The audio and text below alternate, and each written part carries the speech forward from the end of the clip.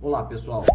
Sejam todos muito bem-vindos ao nosso trabalho com a Caville e é um prazer imenso recebê-los aqui. Hoje voltamos ao estudo da obra Pensamento e Vida e vamos tentar explorar, refletir acerca do capítulo 11, que trata do tema berço.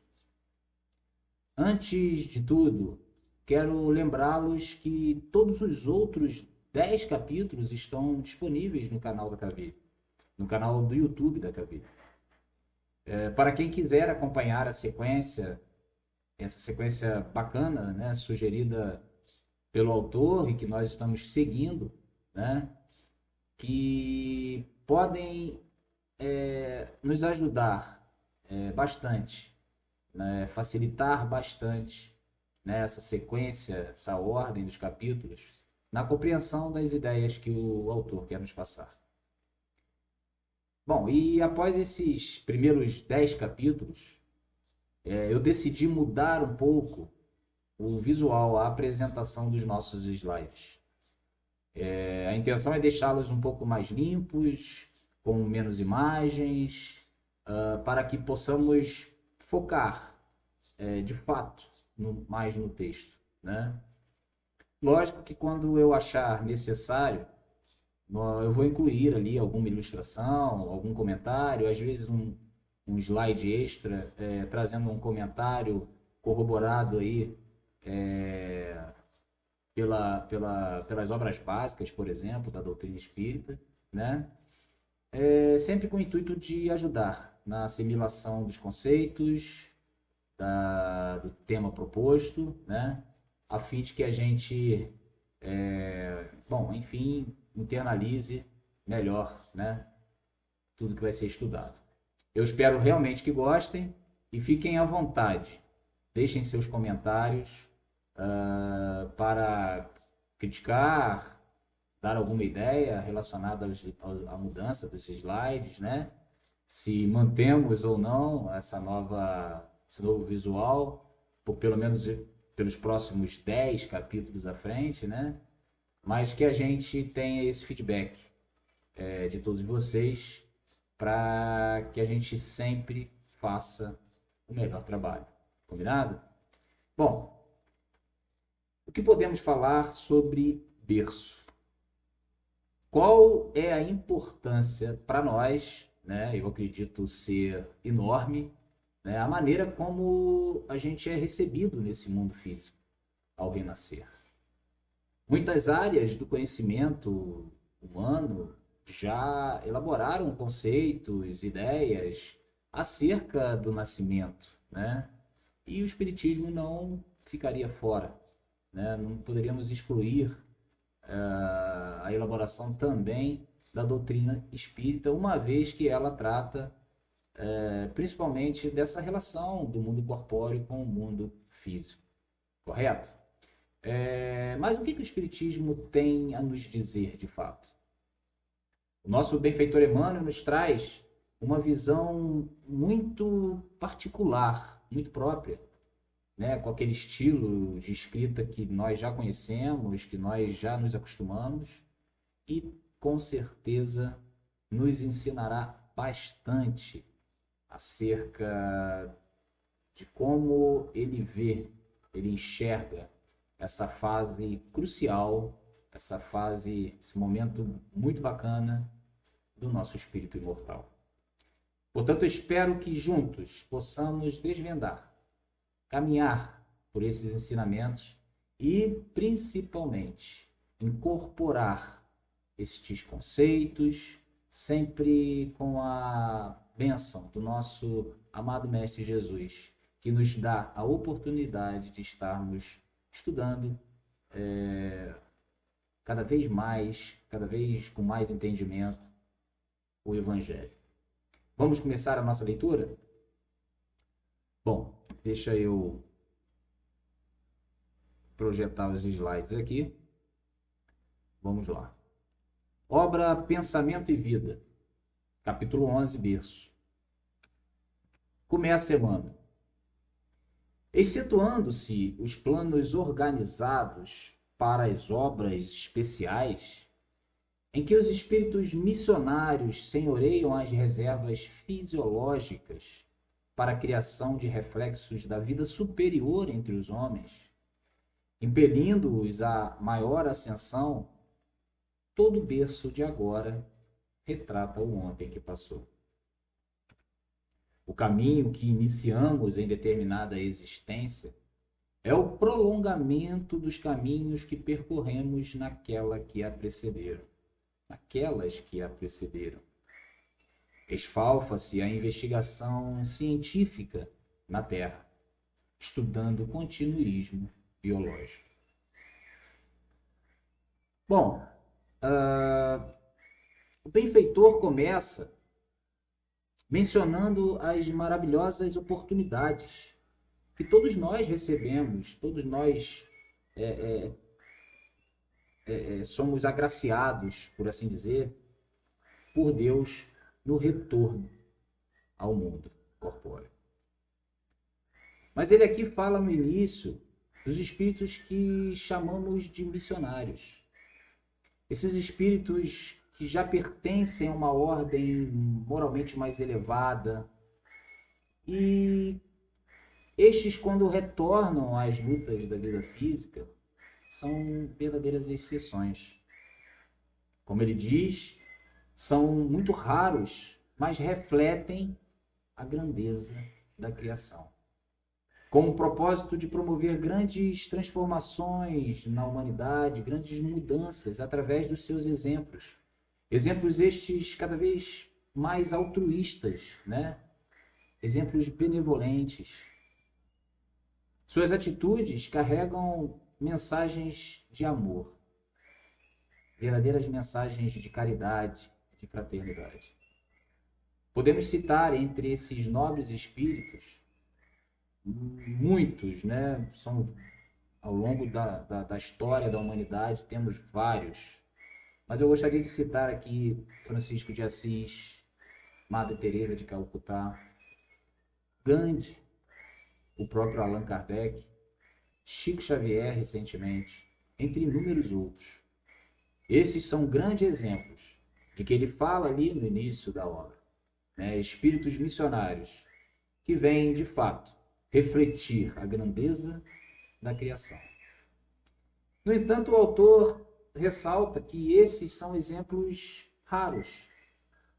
Via de regra, o berço que recebemos hoje é o reflexo do passado pelo qual já transitamos.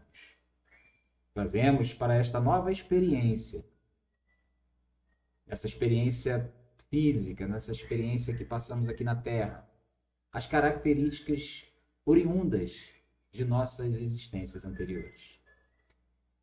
Podemos entender, seguindo a linha de pensamento de Emmanuel, que as encarnações se conectam, se complementam, de certa forma, como um prolongamento contínuo, né? Ele diz isso, um prolongamento de caminhos, dos caminhos, né? E é contínuo e progressivo na evolução espiritual. E o nosso psiquismo, nossa consciência enquanto ser imortal, também evolui ao longo dessas experiências. Emmanuel nos diz que a ciência humana tem se esforçado bastante para pesquisar, para entender essa continuidade biológica, investigando exaustivamente para compreender melhor esse processo. Podemos entender, então, que as encarnações, elas se conectam, elas se complementam, de certa forma, como um prolongamento contínuo e progressivo da evolução espiritual e psíquica do ser. Emmanuel nos diz ainda que a ciência humana tem se esforçado bastante, tem lutado bastante, pesquisado bastante para tentar entender a continuidade biológica, investigando exaustivamente para compreender melhor esse processo. E aí eu gostaria de trazer aqui um slide Porque, em conformidade com os ensinamentos que Kardec traz, né, podemos relacionar os conceitos de Kardec com os conceitos de Emmanuel. E eu vou trazer à tona aqui a questão 132 do Livro dos Espíritos, que trata da finalidade da encarnação dos espíritos. Bom, qual é a finalidade da encarnação dos espíritos? Qual o objetivo da encarnação dos espíritos? Esta é a pergunta que Kardec faz aos espíritos. Bom, vejamos. Eles respondem: Deus lhes impõe a encarnação com o fim de fazê-los chegar à perfeição. Para uns é expiação, para outros, missão. Mas para alcançarem essa perfeição, têm que sofrer todas as vicissitudes da existência corporal. Nisso é que está a expiação. Visa ainda outro fim a encarnação: o de pôr o espírito em condições de suportar a parte que lhe toca na obra da criação.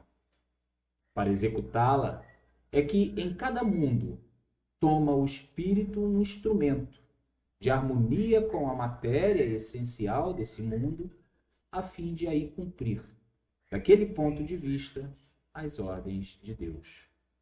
É assim que, concorrendo para a obra geral, ele próprio se adianta. Bom,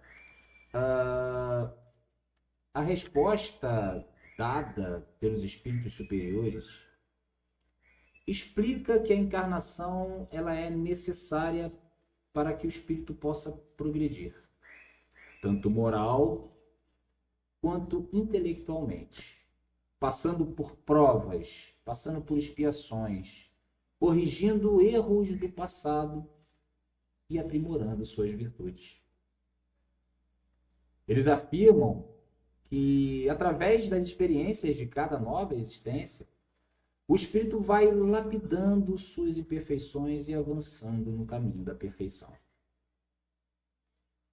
E essa ideia, ela está diretamente ligada ao tema do capítulo de hoje, ao tema berço.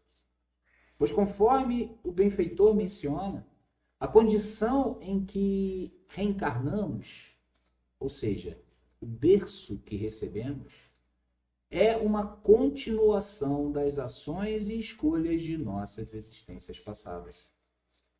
As provas que enfrentamos e mesmo as oportunidades que recebemos refletem a trajetória espiritual que construímos em outras vidas e nos oferecem chances de redenção e de crescimento. Portanto, enquanto os missionários encarnam para ajudar a humanidade, e estes são raros, segundo Emmanuel, a maioria de nós, espíritos comuns, espíritos em desenvolvimento, estamos reencarnando para aprender, para evoluir moralmente, conforme nos ensina o Espiritismo e assevera Emmanuel nesse trecho do capítulo. Prosseguimos.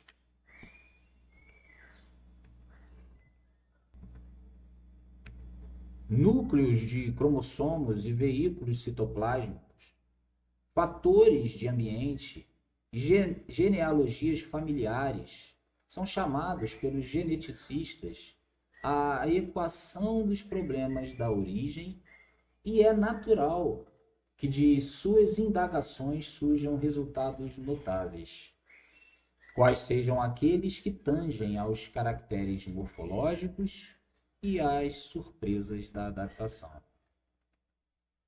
O escalpelo, a análise da observação humana, porém, não consegue, por agora, ultrapassar o recinto externo da constituição orgânica, detendo-se no exame da conformação e da estatura, da pigmentação e do grupo sanguíneo, alusivos à filiação corpórea, já que os meandros da hereditariedade psíquica são, por enquanto, quase que integralmente inacessíveis à sondagem da inteligência terrestre. Ao nos levar a refletir sobre as questões da ciência humana, o autor espiritual menciona algumas conquistas obtidas por grandes geneticistas, como a solução de equações relacionadas à origem do ser, a sua morfologia e também a surpreendente adaptação das espécies. Embora esses avanços sejam de fato significativos, ainda estamos longe de alcançar o núcleo da questão existencial. A respeito dessa questão do retorno ao berço.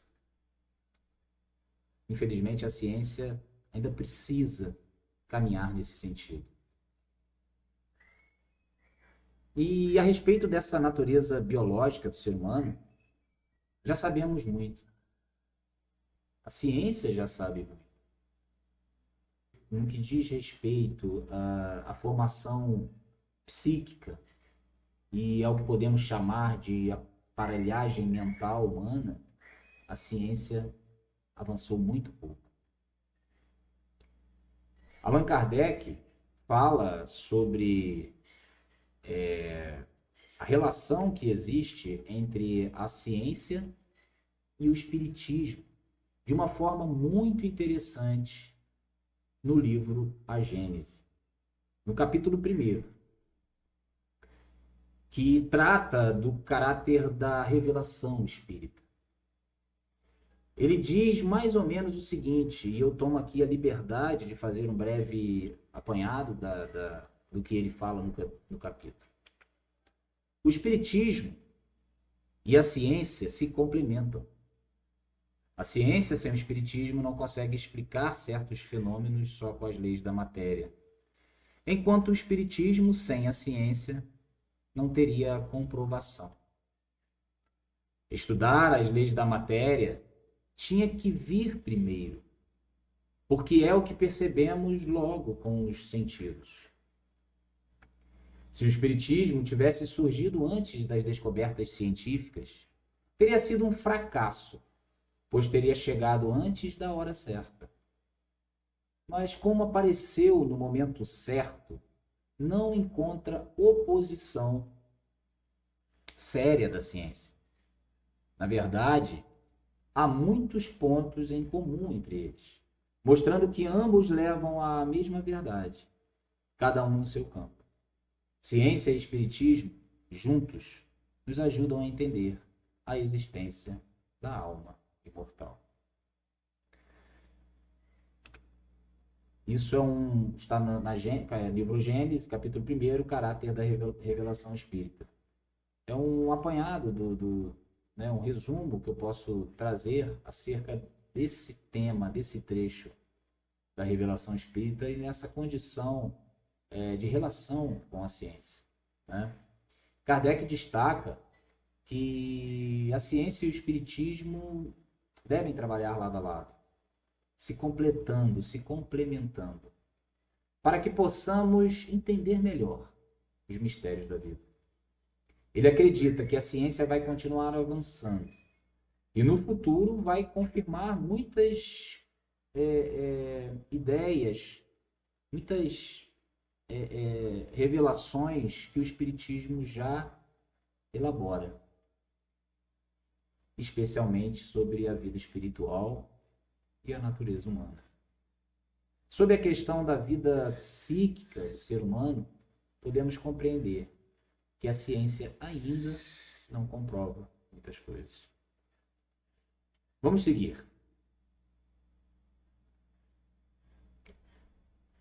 Continua ele.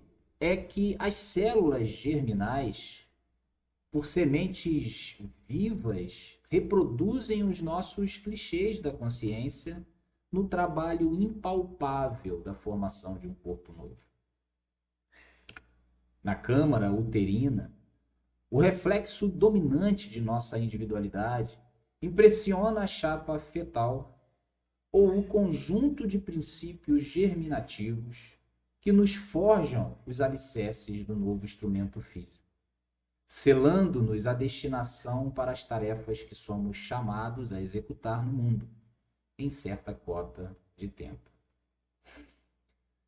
Olha que interessante, né, a maneira como Emmanuel trata o assunto de forma bastante técnica, mas ao mesmo tempo nos trazendo uma revelação incrível. Né? E aí a gente pode perceber a importância, a grande importância que temos enquanto espíritos eternos e também co-criadores dentro dessa engrenagem, dessa engenharia divina. Nossas experiências e a bagagem acumulada ao longo de várias encarnações desempenham um papel fundamental na formação de um novo corpo físico, que nos será emprestado pela sabedoria e justiça divina para uma nova existência. De certa forma, nós somos chamados a participar desse processo de criação, de uma maneira mais ou menos direta, contribuindo com as células germinativas, que, como Emmanuel menciona, reproduzem situações ligadas à nossa própria consciência, chamadas por ele, entre aspas, de clichês. Nesse sentido mais sutil, a formação de um novo corpo ocorre com a colaboração das características que refletem a personalidade predominante em nossa consciência. Esse reflexo, posteriormente, direciona o trabalho dessas células que criam a base do novo invólucro material do nosso corpo físico, que usaremos ao longo da nossa vida. Um trecho que aborda a participação do espírito na formação do novo corpo físico pode ser encontrado na obra de André Luiz, psicografada também por Chico Xavier, no livro Missionário da Luz, capítulo 12, onde é discutido o processo de reencarnação e a preparação do corpo físico. Neste trecho, podemos resumir as impressões do espírito André Luiz, descrevendo como o espírito influencia diretamente na formação do novo corpo, orientado por entidades superiores. O corpo futuro, assim como o ambiente em que o reencarnante viverá, é escolhido de acordo com as necessidades de aprendizado e expiação do espírito. As formas físicas, as condições genéticas e até mesmo os laços familiares são meticulosamente planejados. O perispírito, como molde fluídico do corpo físico, projeta as necessidades e tendências adquiridas em vidas passadas, colaborando na formação das células que constituirão o novo corpo. Em O Livro dos Espíritos, de Kardec, no capítulo 7, Retorno à Vida Corporal, os espíritos também falam sobre o envolvimento do espírito na reencarnação. Inclusive, eu sugiro a todos que possam estudá-lo para melhor compreensão do tema. Mas, de uma maneira superficial, podemos resumir os ensinamentos da seguinte maneira: o espírito, ao se unir ao corpo em formação, transmite a este uma espécie de moldura energética, que influencia não apenas nas características morais, mas também nas físicas. Assim, o corpo físico reflete, de certa forma, o estado evolutivo do espírito que vai habitá-lo. Podemos, enfim, compreender que essas ideias corroboram com a ideia de que o espírito participa de maneira ativa, por assim dizer, na formação do novo corpo, trazendo consigo influências de suas experiências passadas. Vamos continuar? Nisso, não vai qualquer exaltação ao determinismo absoluto, porque ninguém pode suprimir o livre-arbítrio com o qual articulamos as causas de sofrimento ou reparação em nossos destinos. Dentro do determinismo relativo em que marchamos para as mais altas formas de emoção e pensamento, na conquista da liberdade suprema. Pelo transe da morte física, regressamos à vida maior com a soma de realizações que nem sempre são aquelas que devêramos efetuar. Em muitas circunstâncias, as imagens trazidas da permanência na carne são fantasmas temíveis, nascidos de nossas próprias culpas, exigindo reajuste e pagamento, a modelarem para os nossos sentidos o inferno torturante em que se nos revolvem as queixas e aflições. Observem que ele nos mostra que a ideia de que o corpo futuro recebe impressões anteriores do espírito que o habitará, nada tem a ver com um determinismo absoluto. Não podemos esquecer que o livre-arbítrio sempre está presente. E é justamente nas escolhas livres, nessa livre escolha, na maneira como nós usamos o nosso livre-arbítrio, é que surgem as diversas possibilidades de adquirirmos recursos para a nossa caminhada evolutiva. E assim, após a morte física, continuaremos projetando as conquistas que obtivermos através das nossas experiências e da forma como aprendemos a lidar com elas. Dessa maneira, viveremos o inferno ou o céu, entre aspas, que nós mesmos criaremos, de acordo com as nossas escolhas, acertadas ou não. Interessante, né? A maneira como a gente consegue esmiuçar as ideias do benfeitor Emmanuel nos mostra como que o Espiritismo tem muito a nos ensinar, né? Vamos continuar. Continua ele. Eis, porém, que a justiça fiel, por misericórdia, nos concede o retorno para a bênção do reinício. Retomamos, assim, através do berço, o contato direto com os nossos credores e devedores para a liquidação dos débitos que contraímos, cujo balanço efetivo jaz devidamente contabilizado nas leis divinas.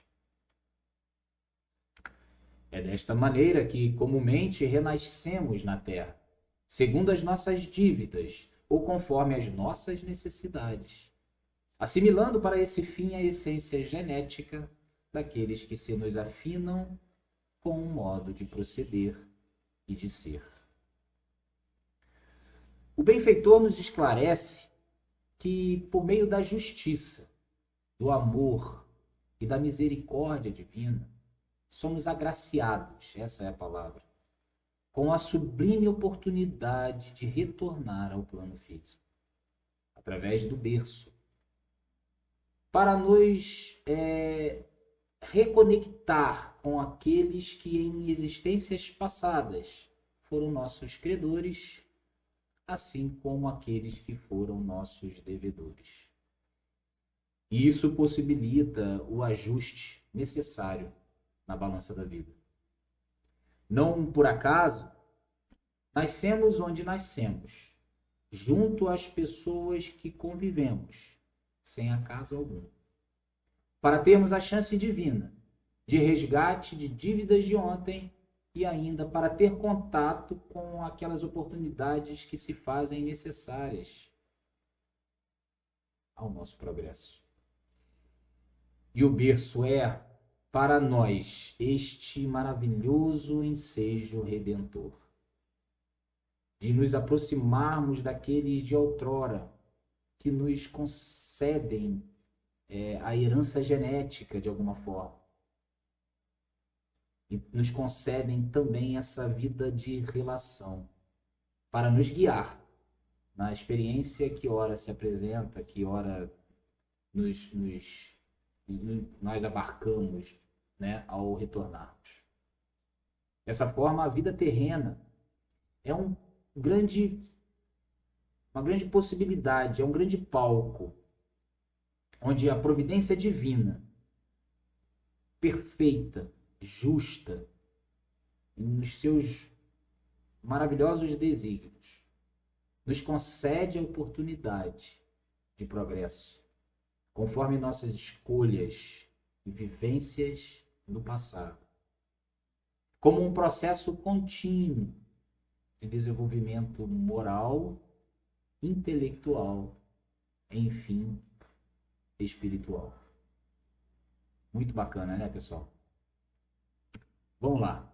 Eu deixo aqui uma frase do Kardec, que é interessante a gente trabalhar ela, que, como sempre, é necessário a gente fazer essa justa associação do trabalho de Emmanuel com o trabalho de Kardec como base. E ele nos fala: a reencarnação se dá conforme a necessidade de aprendizado e reparação dos erros cometidos, permitindo a evolução do espírito. Ele fala isso na questão 132 do Livro dos Espíritos. Muito bacana, né, pessoal? Bom, vamos continuar. Os problemas da hereditariedade, em razão disso, descendem, de forma geral, dos reflexos mentais que nos sejam próprios. Em verdade, por vezes, abnegados corações, cultivando a leira do amor pelo sacrifício, trazem a si corações desditosos, guardando transitoriamente nos braços monstruosas aberrações que destoam do elevado nível em que já se instalaram. Contudo, devemos semelhantes exceções ao espírito de renúncia com que fazem emergir das regiões infernais velhos laços afetivos, distanciados no tempo, usando o divino atributo da caridade.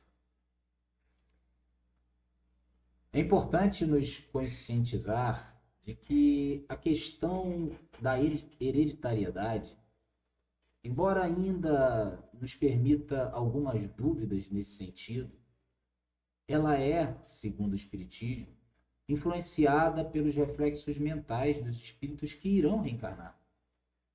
Esses reflexos moldam um novo corpo, refletindo a trajetória espiritual de cada um.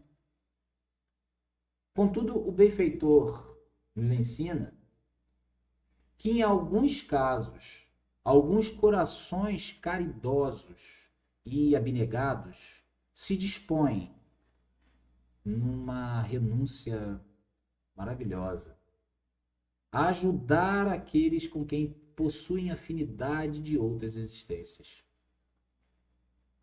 Esses seres verdadeiramente altruístas, movidos por espíritos de sacrifício e de amor incondicional, procuram aqueles que amam, mesmo aqueles que estão em situações de extrema dificuldade no caminho da evolução, presos ao erro, insistentes na maldade, e por meio da oportunidade do renascimento no berço, oferecem a chance de resgate e renovação espiritual. Semelhante espírito de caridade vemos nasquelas mães e pais que sofrem o desprazer de verem seus filhos arrebatados pela criminalidade, arrebatados pelo uso das drogas, cometendo grandes equívocos nas suas vidas, mas que ainda assim podem receber desses seres caridosos o amor materno de maneira incondicional. Parafraseando o espírito Amélia Rodrigues, que eu trago aqui, por meio da obra Pelos Caminhos de Jesus, psicografia de Divaldo Franco, a verdadeira renúncia é aquela que se entrega sem esperar retorno, oferecendo amor e cuidado, mesmo diante da adversidade.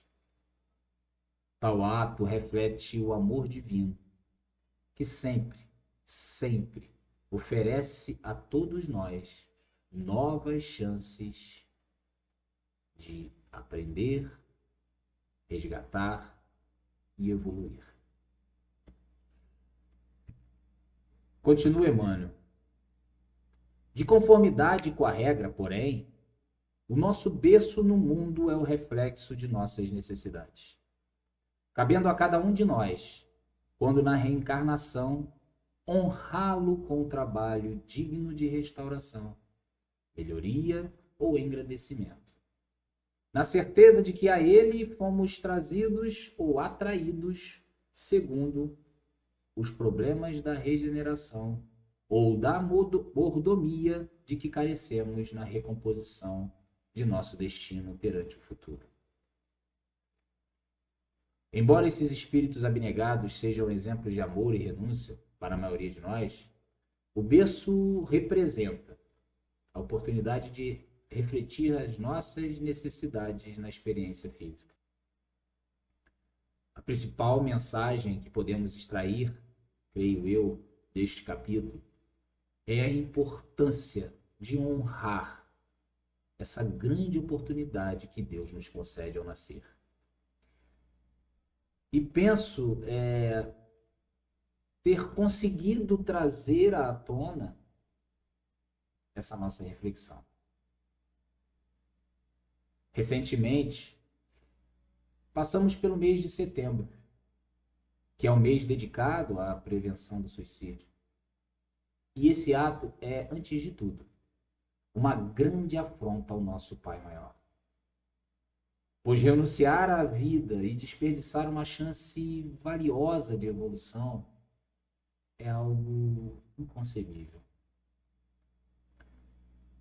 Um dado relevante que eu gostaria de trazer e merece bastante atenção da nossa parte é que, segundo a literatura espírita, a Terra abriga cerca de 3 vezes mais espíritos desencarnados do que encarnados. Ou seja, cerca de 24 bilhões de espíritos estão aguardando a oportunidade de reencarnar e continuar a sua jornada evolutiva. Poder laborar na carne a experiência da dor, das vicissitudes e assim evoluir. Diante disso, dessa informação, desse dado, podemos imaginar o quão difícil é, o quão precioso é conseguir a chance de renascer no plano físico, para resgatar as nossas dívidas passadas, para ajustarmos os laços com os nossos companheiros de caminhada. Portanto, a gente precisa dar a atenção devida a essa nossa passagem aqui pelo plano terreno. E o berço nos dá essa oportunidade. Por isso, à luz dessa perspectiva espírita, é fundamental internalizarmos o valor que o berço representa para a nossa evolução espiritual. Sempre lembrando da importância de aproveitar o máximo a oportunidade que nos é dada. Bom, chegamos ao final do capítulo magnífico, interessantíssimo, bastante necessário para nosso entendimento. E o Emmanuel, ele consegue mexer, né, com as nossas emoções. Eu quero agradecer a todos que me acompanharam nessa reflexão, nesse estudo. rogo ao nosso amado Mestre Jesus que envolva o coração de cada um de vocês. Que nós possamos, de verdade, interiorizar tudo aquilo que o Mestre nos ensina por meio da doutrina. Muito obrigado a todos. Até a próxima. Muita paz e muita luz.